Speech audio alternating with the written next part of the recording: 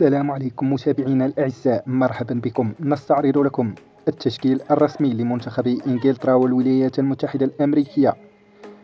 يدخل المنتخب الإنجليزي بالتشكيل الآتي: 4-2-3-1. في حراسة المرمى بيكفورد، وفي خط الدفاع تريبير، ستونز، ماغواير، شاو، بيلينغهام، رايس. في خط الوسط ساكا، ماونت، ستيرلينغ وهاري كين. في خط الهجوم.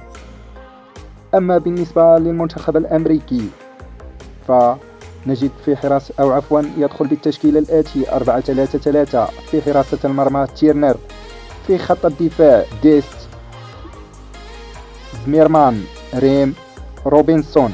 أما في خط الوسط ماكيني، آدامز وموسى. أما في خط الهجوم نجد وايا، رايت وبوليسيتش.